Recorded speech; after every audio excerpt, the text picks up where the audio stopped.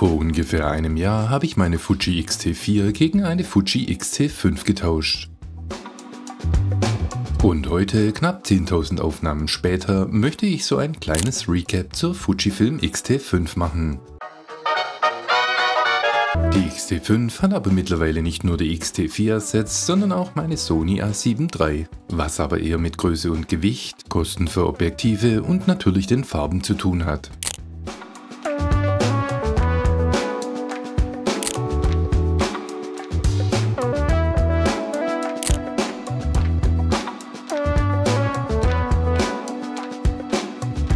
Mit der Fuji X-T5 waren wir dieses Jahr in der Schweiz unterwegs, und zwar nicht nur im Winter,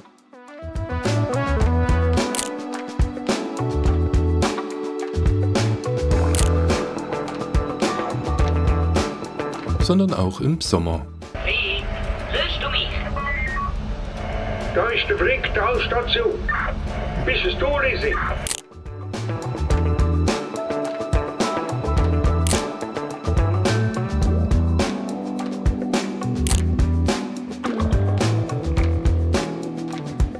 Über den Splügenpass ging es dann auch noch für ein paar Tage nach Italien an den Comer See.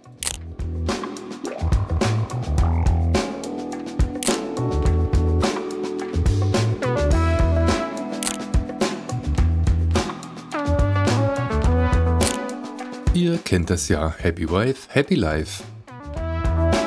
Bevor wir jetzt aber zu unserem London-Trip und zu unserer Abschlussreise nach Spanien kommen, möchte ich doch noch ein paar Dinge über die X-T5 sagen. Und dabei geht es um Themen, die mir an der X-T5 nicht so gefallen. Als allererstes hätten wir hier den Drive-Schalter bzw. das Einstellrad für die Aufnahmebetriebsart. Meiner Meinung nach sollte dieses Einstellrad gesperrt werden können, denn das ist bei mir so oft verstellt, dass ich mittlerweile jedes Mal die Kamera prüfe. Gerade beim Ein- und Auspacken der Kamera verstellt sich dieses Einstellrad immer wieder. Kann man damit leben, aber könnte man auch besser machen. Ganz ähnlich geht es mir auch mit dem Belichtungsrad. Auch hier fände ich einen Sperrschalter, ähnlich wie beim ISO und beim Verschlusszeitenrad, ganz nützlich. Bei der X-T4 konnte man per Doppelklick auf den Joystick den Fokuspunkt in die Mitte zurücksetzen. Auch das wurde leider an der X-T5 geändert. Um das Fokusfeld an der X-T5 zurückzusetzen, muss man jetzt den Joystick drücken und anschließend den Display-Button. Wenn man mehrere Fuji-Kameras hat, bei denen das anders ist, ist das absolut nervig. Und das könnte sicherlich durch ein Firmware-Update behoben werden. Was mich ebenfalls noch an der X-T5 stört, ist der etwas zu kühle Weißabgleich. Das ist zwar nur Geschmackssache, aber könnte für mich einen Ticken wärmer sein. Wahrscheinlich ist das Ganze jetzt nur wieder Meckern auf hohem Niveau, aber das sind die 4 Punkte, die mich hauptsächlich an der X-T5 stören. Ihr könnt ja gerne auch mal in die Kommentare schreiben, was euch so an der X-T5 stört.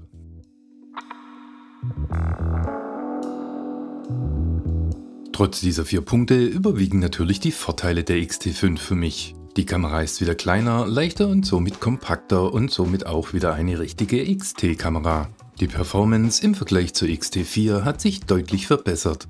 Insbesondere im Autofokus-Bereich, der über das Jahr hinweg durch Firmware-Updates ja auch immer wieder nachgebessert wurde. Ein weiterer Vorteil im Vergleich zur X-T4 ist auch der Energieverbrauch. Die X-T5 nutzt die gleichen Akkus, verbraucht aber deutlich weniger Strom. Das macht das Ganze natürlich in der Nutzung nochmals angenehmer. Da ich kein Freund von Flipscreens bin, bin ich natürlich froh, dass die X-T5 wieder einen Tiltscreen hat. Und zwar einen Tiltscreen, der sich nicht nur waagrecht benutzen lässt, sondern auch vertikal. Im Vergleich zur XH2 besitzt die X-T5 immer noch den Fokusschalter. Mir persönlich gefällt dieses Bedienkonzept tausendmal besser wie an der XH2 oder XH2S. Denn an der XH2 oder XH2S muss ich den Fokus-Button drücken und dann aufs Display schauen, um den Fokus zu verstellen. Ein weiteres Goodie für mich ist auch der 40-Megapixel-Sensor, und über den gab es ja unzählige Diskussionen, insbesondere was das Rauschverhalten anbetrifft, was ich aber absolut nicht bestätigen kann im Vergleich zur X-T4. Einziger für mich ersichtlicher Nachteil ist die Dateigröße, die sich aus 40 Megapixel ergeben, denn die liegt jetzt nicht mehr bei knapp 30 MB, sondern bei 40 oder 45 MB. Für die Archivierung benötigt man so natürlich mehr Speicherplatz. Alles in allem hat sich aber an der X-T5 im Vergleich zur X-T4 für mich extrem viel verbessert, was aber natürlich nicht jeder so sehen muss.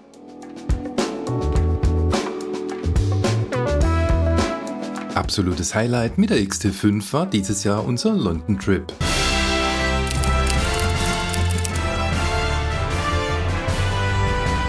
In London war ich ja fast ausschließlich mit dem 27mm f2.8 unterwegs. Wer die Videos noch nicht gesehen hat, der findet alle 4 auf meinem Kanal. Yippie Schweinebacke. Zunächst war ich natürlich etwas unsicher, ob 27mm von der Brennweite her auch weit genug ist für London.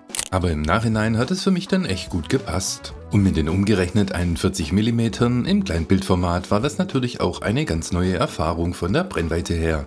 Da wir in London auch nicht jeden Tag das beste Wetter hatten, war diese Kombi absolut praktisch, denn so konnte ich die Kamera auch jederzeit unter der Jacke verstauen. Ich hatte aber in London nicht nur das 27er dabei, ich hatte auch noch das 50mm f2 dabei. Und auch das hat absolut Spaß gemacht. Aber auch die X-T5 konnte überzeugen, sowohl im Blendenprioritätsmodus als auch im manuellen Modus. Sie ist schnell, präzise und die Akkulaufzeit konnte auch absolut überzeugen. Ebenso gab es überhaupt keine Probleme mit dem nasskalten Wetter.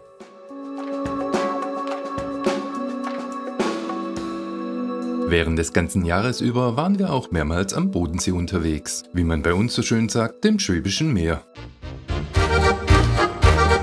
Diese kleinen Kurztrips nutzte ich vor allem, um auch mal wieder Schwarz-Weiß-Fotos zu machen. Hierzu nutzte ich aber kein Recipe, sondern war meistens mit der Filmsimulation Acros unterwegs.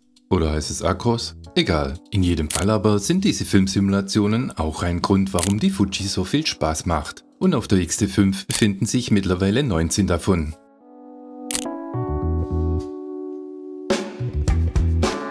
Wie jedes Jahr machten wir uns dann noch im November auf den Weg nach Spanien. Und in Spanien war ich dieses Jahr nur mit den f2 Objektiven unterwegs, also dem 23mm f2, dem 35mm f2 und dem 50mm f2. Denn ich wollte so wenig wie möglich mit mir herumschleppen. Was natürlich auch wieder ein Grund ist, warum ich ins Fuji-System gewechselt bin. Und was ich natürlich auch nur jedem empfehlen kann, der keine Lust mehr hat, kiloweise Objektive zu schleppen. Als Filmsimulation habe ich mich für Spanien für Pro Negative Standard entschieden. Für mich persönlich eine etwas entsättigte Form des Provias mit sehr schönen Blau- und Grüntönen. Wer diese Filmsim noch nicht getestet hat, sollte es unbedingt mal ausprobieren.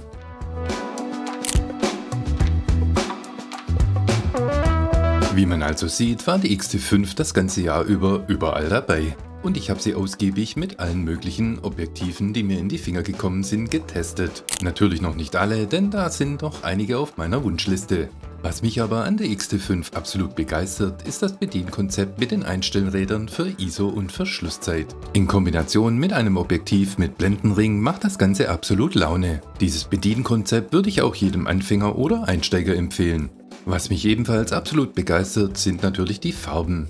Und mit den 19 Filmsimulationen habe ich hier jede Menge Auswahl. Wer Bilder nicht gerne nachbearbeitet oder gleich fertige Bilder hätte, der ist bei Fuji genau richtig. Performance-technisch habe ich auch nicht viel zu meckern. Der Autofokus ist zuverlässig, ja, er könnte manchmal etwas akkurater sein, aber im Großen und Ganzen bin ich zufrieden. Wie ihr seht und wie ihr hört, ist für mich die X-T5 aktuell die optimale Kamera, auch wenn es noch ein paar Dinge zu verbessern gäbe. Aktuell bekommt man die X-T5 schon für 1700 € und mittlerweile gibt es auch ein paar sehr interessante Kombi-Angebote mit einem Tamron-Objektiv, also beispielsweise dem 17-70 oder dem 18-300. Die Links dazu findet ihr in der Videobeschreibung. Ebenfalls in der Videobeschreibung findet ihr auch noch die Links zu meinen Fujifilm Lightroom Presets, wie beispielsweise dem London Provia oder dem Kodak Gold 200. Das war's von mir für heute. Wenn euch das Video gefallen hat, dann wäre ein Däumchen ein Träumchen. Bei Fragen oder Anmerkungen schreibt mir wie immer gerne in die Kommentare. Vielen lieben Dank fürs Zuschauen und bis zum nächsten Mal.